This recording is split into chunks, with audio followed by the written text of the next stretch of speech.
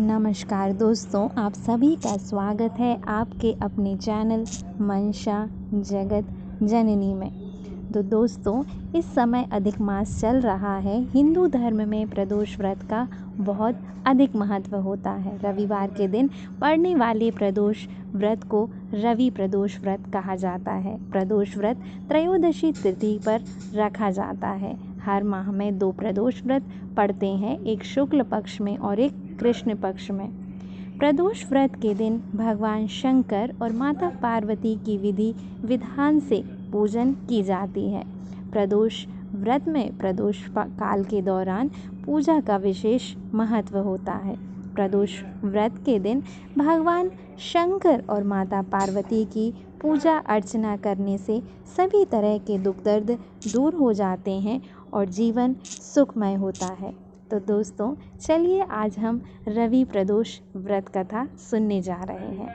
एक समय सर्व प्राणियों के हितार्थ परम पावन भगीरथी के तट पर ऋषि समाज द्वारा विशाल गोष्ठी का आयोजन किया गया। इस सभा में व्यास जी के परम शिष्य पुराण वेता सूत जी महाराज हरि कीर्तन करते हुए पधारे। सूत जी को आते हुए देखकर शौनकादि 88,000 ऋषि मुनियों ने खड़े होकर दंडवत प्रणाम किया।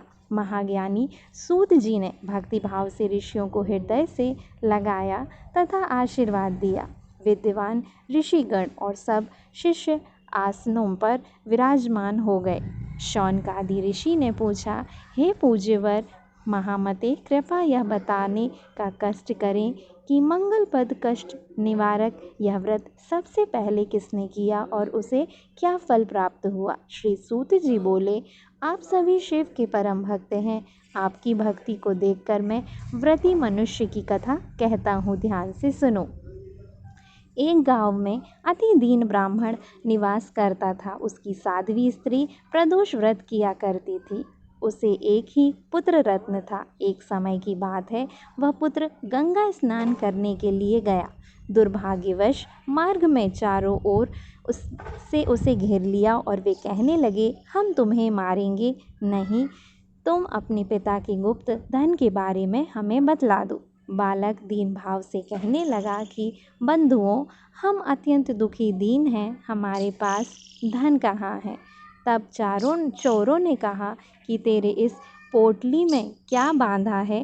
बालक ने निसंकोच कहा कि मेरी माँ ने मेरे लिए रोटियां दी हैं। यह सुनकर चोरों ने अपने साथियों से कहा कि साथियों, यह बहुत ही दीन दुखी मनुष्य है, अतः हम किसी और को लूटेंगे। इतना कहकर चोरों ने उस बालक को जाने दिया। बालक वहाँ से चलते हुए एक नगर में पहुँचा। नगर के पास एक बरगद का पेड़ था। वह बालक उसी बरगद के वृक्ष की छाया में सो गया। उसी समय उस नगर के सिपाही चोरों को खोजते हुए उस बरगद के वृक्ष के पास पहुँचे और बालक को चोर समझकर बंदी बना राजा के पास ले गए। राजा ने उसे कारावास में बंद करवाने का आदेश दिया।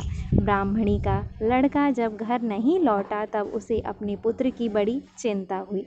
अगले दिन प्रदोष व्रत था। ब्राह्मणी ने प्रदोष व्रत किया और भगवान शंकर ने से मन ही मन अपने पुत्र की कुशलता की प्रार्थना करने लगी। भगवान शंकर ने उस ब्राह्मणी की प्रार्थना स्वीकार कर ली।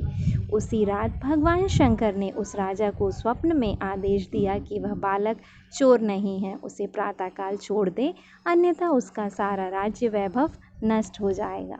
प्रातःकाल राजा ने शिव जी की आज्ञा अनुसार उस बालक को कारावास से मुक्त किया। बालक ने अपनी सारी कहानी राजा को सुनाई। राजा वृतांत सुनकर राजा ने अपने सिपाहियों को उस बालक के घर भेजा और उसके माता पिता को राज दरबार में बुलाया। उसके माता पिता बहुत ही भयभीत थे। राजा ने उन्हें भयभीत देखकर कहा कि आप भयभीत ना हो, आपका बालक निर्दोष है। राजा ने ब्राह्मण को 5 गांव दान में दिए, जिससे कि वे सुखपूर्वक अपना जीवन व्यतीत कर सकें। भगवान शिव की कृपा से ब्राह्मण परिवार आनंद से रहने लगा। अतः जो भी मनुष्य रवि प्रदोष व्रत को करता है वह सुखपूर्वक और निरोगी होकर अपना पूर्ण जीवन व्यतीत करता है। तो दोस्तों, यह थी रवि प्रदोष व्रत कथा। ऐसी वीडियोस को पाने के लिए हमारे चैनल को लाइक करें, सब्सक्राइब करें मंशा जगत जननी को।